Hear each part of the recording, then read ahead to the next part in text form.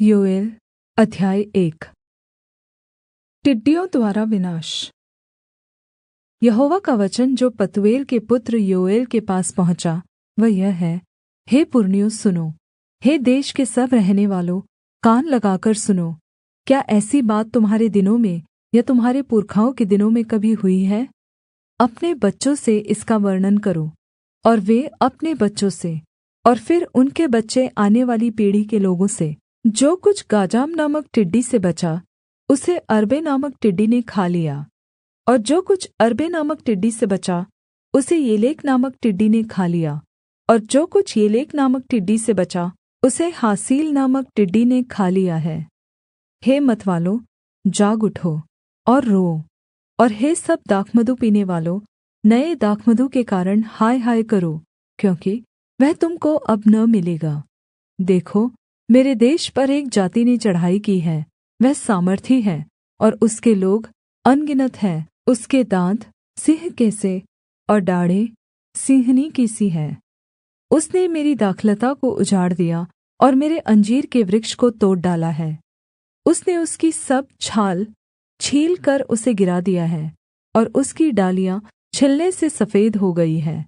जैसी युवती अपने पति के लिए कमर में टाट बाँधे हुए विलाप करती है, वैसे ही तुम भी विलाप करो। यहोवा के भवन में न तो अन्नबलि और न अर्घ आता है। उसके टहलुए जो याजक हैं वे विलाप कर रहे हैं। खेती मारी गई, भूमि विलाप करती है, क्योंकि अन्न नाश हो गया, नया दाखमधु सूख गया, तेल भी सूख गया है। हे किसानों, लज्जित हो। हे दाख की बारी के मालियों, गेहूँ और जौ के लिए हाय हाय करो, क्योंकि खेती मारी गई है, दाखलता सूख गई और अंजीर का वृक्ष कुम्हला गया है।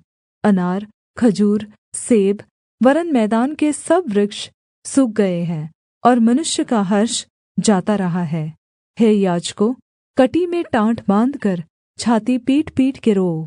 हे वेदी के टहलुओ, हाय हाय करो। हे मेरे परमेश्वर के टहलुओ, आओ, टाट ओढ़े हुए रात बिताओ, क्योंकि तुम्हारे परमेश्वर के भवन में अन्नबलि और अर्घ अब नहीं आते। उपवास का दिन ठहराओ, महासभा का प्रचार करो। पुरनियों को वरन् देश के सब रहनेवालों को भी अपने परमेश्वर यहोवा के भवन में इकट्ठा करके उसकी दुहाई दो। उस दिन के कारण हाय, क्योंकि यहोवा का दिन निकट है। वह सर्वशक्तिमान की ओर से सत्यानाश का दिन होकर आएगा। क्या भोजन वस्तुएँ हमारे देखते नाश नहीं हुई? क्या हमारे परमेश्वर के भवन का आनन्द और मगन जाता नहीं रहा? बीज ढेलों के नीचे झुलस गए, भण्डार सूने पड़े हैं, खत्ते गिर पड़े हैं, क्योंकि खेती मारी गई। पशु कैसे कराहते हैं, झुण्ड के झुण्ड गाय बैल विकल है, क्योंकि उनके लिए चराई नहीं रही, और झुण्ड के झुण्ड भेड़ बकरियाँ पाप का फल भोग रही हैं। हे यहोवा, मैं तेरी दुहाई देता हूँ, क्योंकि जंगल की चराइयाँ आग का कौर हो गई, और मैदान के सब वृक्ष ज्वाला से जल गए। वन पशु भी तेरे लिए हाँफते हैं, क्योंकि जल के सोते सूख गए, और जंगल की चराइयाँ आग का कौर हो गई। योएल अध्याय 2। सिय्योन में नरसिंगा फूँको, मेरे पवित्र पर्वत पर साँस बाँधकर फूँको। देश के सब रहने वाले काँप उठे, क्योंकि यहोवा का दिन आता है, वरन् वह निकट ही है। वह अंधकार और अंधेरे का दिन है, वह बादलों का दिन है और अंधियारे के समान फैलता है। जैसे भोर का प्रकाश पहाड़ों पर फैलता है, वैसे ही एक बड़ी और सामर्थी जाति आएगी। प्राचीनकाल में वैसी कभी न हुई, और न उसके बाद भी फिर किसी पीढ़ी में होगी। उसके आगे आगे तो आग भस्म करती जाएगी, और उसके पीछे पीछे लौ जलाती जाएगी। उसके आगे की भूमि तो अदन की बारी के समान होगी, परन्तु उसके पीछे की भूमि उजाड़ मरुस्थल बन जाएगी, और उससे कुछ न बचेगा। उनका रूप घोड़ों का सा है, और वे सवारी के घोड़ों के समान दौड़ते हैं। उनके कूदने का शब्द ऐसा होता है जैसा पहाड़ों की चोटियों पर रथों के चलने का, या खूँटी भस्म करती हुई लौ का, या जैसे पाँति बाँधे हुए बलवन्त योद्धाओं का शब्द होता है। उनके सामने जाति जाति के लोग पीड़ित होते हैं, सब के मुख मलिन होते हैं। वे शूरवीरों के समान दौड़ते और योद्धाओं की भाँति शहरपनाह पर चढ़ते हैं। वे अपने-अपने मार्ग पर चलते हैं और कोई अपनी पाँति से अलग न चलेगा। वे एक दूसरे को धक्का नहीं लगाते, वे अपनी-अपनी राह पर चलते हैं। शस्त्रों का सामना करने से भी उनकी पाँति नहीं टूटती। वे नगर में इधर-उधर दौड़ते और शहरपनाह पर चढ़ते हैं। वे घरों में ऐसे घुसते हैं जैसे चोर खिड़कियों से घुसते हैं। उनके आगे पृथ्वी काँप उठती है और आकाश थरथराता है। सूर्य और चन्द्रमा काले हो जाते हैं और तारे नहीं झलकते। यहोवा अपने उस दल के आगे अपना शब्द सुनाता है, क्योंकि उसकी सेना बहुत ही बड़ी है। जो अपना वचन पूरा करने वाला है, वह सामर्थी है। क्योंकि यहोवा का दिन बड़ा और अति भयानक है, उसको कौन सह सकेगा। तो भी यहोवा की यह वाणी है, अभी भी सुनो। उपवास के साथ रोते-पीटते अपने पूरे मन से फिरकर मेरे पास आओ। अपने वस्त्र नहीं, अपने मन ही को फाड़कर अपने परमेश्वर यहोवा की ओर फिरो, क्योंकि वह अनुग्रहकारी, दयालु, विलम्ब से क्रोध करनेवाला, करुणा निधान और दुःख देकर पछताने वाला है।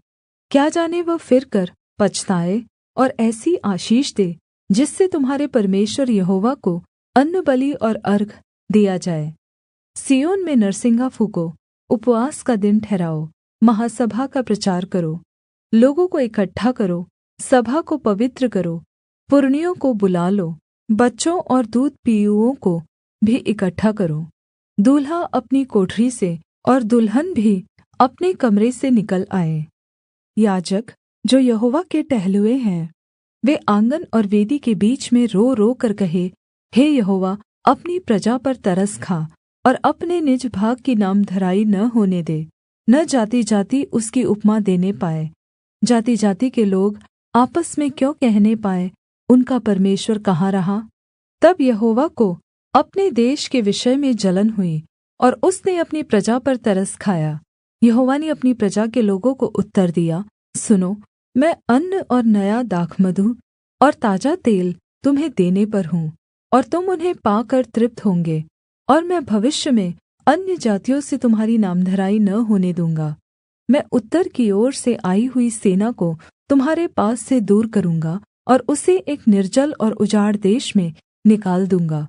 उसका अगला भाग तो पूरब के ताल की ओर और उसका पिछला भाग पश्चिम के समुद्र की ओर होगा। उससे दुर्गन्ध उठेगी और उसकी सड़ी गन्ध फैलेगी, क्योंकि उसने बहुत बुरे काम किए हैं। हे देश, तू मत डर, तू मगन हो और आनन्द कर, क्योंकि यहोवा ने बड़े-बड़े काम किए हैं। हे मैदान के पशुओं, मत डरो, क्योंकि जंगल में चराई उगेगी और वृक्ष फलने लगेंगे। अंजीर का वृक्ष और दाखलता अपना-अपना बल दिखाने लगेंगी। हे सिय्योन के लोगों, तुम अपने परमेश्वर यहोवा के कारण मगन हो और आनन्द करो, क्योंकि तुम्हारे लिए वह वर्षा अर्थात् बरसात की पहली वर्षा बहुतायत से देगा और पहले के समान अगली और पिछली वर्षा को भी बरसाएगा। तब खलिहान अन्न से भर जाएँगे और रसकुण्ड नए दाखमधु और ताजे तेल से उमड़ेंगे। और जिन वर्षों की उपज अरबे नामक टिड्डियों और येलेक और हासिल ने और गाजाम नामक टिड्डियों ने अर्थात् मेरे बड़े दल ने, जिसको मैंने तुम्हारे बीच भेजा, खा ली थी, मैं उसकी हानि तुम को भर दूँगा। तुम पेट भर कर खाओगे और तृप्त होंगे और अपने परमेश्वर यहोवा के नाम की स्तुति करोगे, जिसने तुम्हारे लिए आश्चर्य के काम किए हैं, और मेरी प्रजा की आशा फिर कभी न टूटेगी। तब तुम जानोगे कि मैं इस्राएल के बीच में हूँ, और मैं यहोवा तुम्हारा परमेश्वर हूँ, और कोई दूसरा नहीं है। मेरी प्रजा की आशा फिर कभी न टूटेगी। उन बातों के बाद मैं सब प्राणियों पर अपना आत्मा उण्डेलूँगा। तुम्हारे बेटे-बेटियाँ भविष्यद्वाणी करेंगी, और तुम्हारे पुरनिये स्वप्न देखेंगे, और तुम्हारे जवान दर्शन देखेंगे। तुम्हारे दास और दासियों पर भी मैं उन दिनों में अपना आत्मा उण्डेलूँगा, और मैं आकाश में और पृथ्वी पर चमत्कार अर्थात् लहू और आग और धुएँ के खम्भे दिखाऊँगा। यहोवा के उस बड़े और भयानक दिन के आने से पहले सूर्य अंधियारा होगा और चन्द्रमा रक्त सा हो जाएगा। उस समय जो कोई यहोवा से प्रार्थना करेगा वह छुटकारा पाएगा, और यहोवा के वचन के अनुसार सिय्योन पर्वत पर और यरूशलेम में जिन बचे हुओं को यहोवा बुलाएगा वे उद्धार पाएंगे। योएल अध्याय 3। क्योंकि सुनो, जिन दिनों में और जिस समय मैं यहूदा और यरूशलेम वासियों को बँधुआई से लौटा ले आऊँगा, उस समय मैं सब जातियों को इकट्ठा करके यहोशापात की तराई में ले जाऊँगा, और वहाँ उनके साथ अपनी प्रजा अर्थात् अपने निज भाग इस्राएल के विषय में, जिसे उन्होंने जाति-जाति में तितर-बितर करके मेरे देश को बाँट लिया है, उनसे मुकद्दमा लड़ूँगा। उन्होंने तो मेरी प्रजा पर चिट्ठी डाली और एक लड़का वेश्या के बदले में दे दिया, और एक लड़की बेचकर दाखमधु पिया है। हे सोर और सीदोन और पलिश्तीन के सब प्रदेशों, तुमको मुझसे क्या काम? क्या तुम मुझ को बदला दोगे? यदि तुम मुझे बदला भी दो, तो मैं शीघ्र ही तुम्हारा दिया हुआ बदला तुम्हारे ही सिर पर डाल दूँगा। क्योंकि तुमने मेरा चाँदी सोना ले लिया और मेरी अच्छी और मनभावनी वस्तुएँ अपने मंदिरों में ले जाकर रखी हैं, और यहूदियों और यरूशलेमियों को यूनानियों के हाथ इसलिए बेच डाला है कि वे अपने देश से दूर किए जाएँ। इसलिए सुनो, मैं उनको उस स्थान से जहाँ के जाने वालों के हाथ तुमने उनको बेच दिया बुलाने पर हूँ, और तुम्हारा दिया हुआ बदला तुम्हारे ही सिर पर डाल दूँगा। मैं तुम्हारे बेटे बेटियों को यहूदियों के हाथ बिकवा दूँगा, और वे उनको शबाइयों के हाथ बेच देंगे जो दूर देश के रहने वाले हैं। क्योंकि यहोवा ने यह कहा है, जाति-जाति में यह प्रचार करो, युद्ध की तैयारी करो, अपने शूरवीरों को उभारो। सब योद्धा निकट आकर लड़ने को चढ़े। अपने-अपने हल की फाल को पीटकर तलवार और अपनी-अपनी हँसिया को पीटकर बर्छी बनाओ। जो बलहीन हो वह भी कहे, मैं वीर हूँ। हे चारों ओर के जाति-जाति के लोगों, फुर्ती करके आओ और इकट्ठे हो जाओ। हे यहोवा, तू भी अपने शूरवीरों को वहाँ ले जा। जाति-जाति के लोग उभर कर चढ़ जाएँ और यहोशापात की तराई में जाएँ, क्योंकि वहाँ मैं चारों ओर की सारी जातियों का न्याय करने को बैठूँगा। हँसुआ लगाओ, क्योंकि खेत पक गया है। आओ दाख रौंदो, क्योंकि हौज भर गया है। रसकुण्ड उमड़ने लगे, क्योंकि उनकी बुराई बहुत बड़ी है। निपटारे की तराई में भीड़ की भीड़ है, क्योंकि निपटारे की तराई में यहोवा का दिन निकट है। सूर्य और चन्द्रमा अपना-अपना प्रकाश न देंगे और न तारे चमकेंगे, और यहोवा सिय्योन से गरजेगा और यरूशलेम से बड़ा शब्द सुनाएगा, और आकाश और पृथ्वी थरथराएँगे।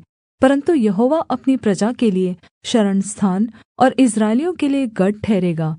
इस प्रकार तुम जानोगे कि यहोवा जो अपने पवित्र पर्वत सिय्योन पर वास किए रहता है, वही हमारा परमेश्वर है।